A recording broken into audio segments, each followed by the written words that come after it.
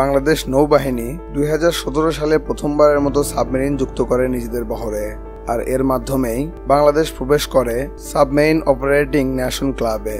এটি ছিল বাংলাদেশের প্রতিরক্ষার ইতিহাসে এক ঐতিহাসিক পদক্ষেপ, যা নৌবাহিনীর ব্লু ওয়াটার নেভি হওয়ার পথে গুরুত্বপূর্ণ অগ্রগতিকে নির্দেশ করে। বাংলাদেশের সাবমেরিন সক্ষমতা, কয়টি সাবমেরিন রয়েছে বাংলাদেশের কাছে এবং এগুলোর শক্তি সম্পর্কে জানবো তথ্যাবলী ইউটিউব চ্যানেলের এই ভিডিওতে। ভিডিওটি শুরু করার আগে বলে রাখি, আপনি যদি আমাদের চ্যানেলে নতুন হয়ে থাকেন তবে অনুরোধ করব চ্যানেলটি সাবস্ক্রাইব করুন। বাংলাদেশ নৌবাহিনীর সাবমেরিন শক্তি দেশের সামুদ্রিক প্রতিরক্ষা ব্যবস্থায় এক নতুন অধ্যায়ের সূচনা করেছে। বর্তমান বাংলাদেশ নৌবাহিনীর বহরে 2টি সাবমেরিন রয়েছে। এগুলোর উভয়টিই চীনের তৈরি type 035G Ming class submarine. এগুলোর একটির নাম বিএনএস নবযাত্রা এবং আরেকটির নাম বিএনএস জয়যাত্রা। এই দুইটি সাবমেরিনই চাইনিজ মিং ক্লাস সাবমেরিন হওয়ায় এগুলোর সক্ষমতা সম্পূর্ণ সমান। বাংলাদেশের হাতে থাকা সাবমেরিনগুলো ডিজেল ইলেকট্রিক অ্যাটাক সাবমেরিন, অর্থাৎ এগুলো ডিজেল চালিত জেনারেটরের বৈদ্যুতিক শক্তি ব্যবহার করে চলে। চীনের উহান শিপইয়ার্ড এইগুলোকে সর্বপ্রথম তৈরি করেছিল। বাংলাদেশে আসার পূর্বে এই সাবমেরিনগুলো চীনের নৌবাহিনীতে সগৌরবে সার্ভিস দিয়েছে।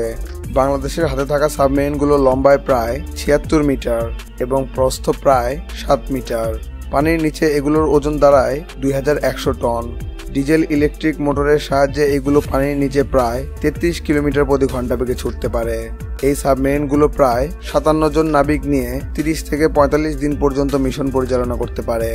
বাংলাদেশের কাছে থাকা এই মিং ক্লাস সাবমেরিনগুলোতে 6টি টর্পিডো টিউব থাকে, যেগুলোতে 533 মিলিমিটার এন্টি সাবমেরিন এবং এন্টিশিপ মিসাইল লোড করা যায়।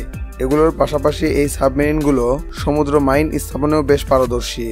পানির নিচ থেকে শত্রুর সাবমেরিন এবং জাহাজ শনাক্তের জন্য এই সাবমেরিনগুলোতে উন্নত রাডার এবং সোনার সিস্টেমও রয়েছে।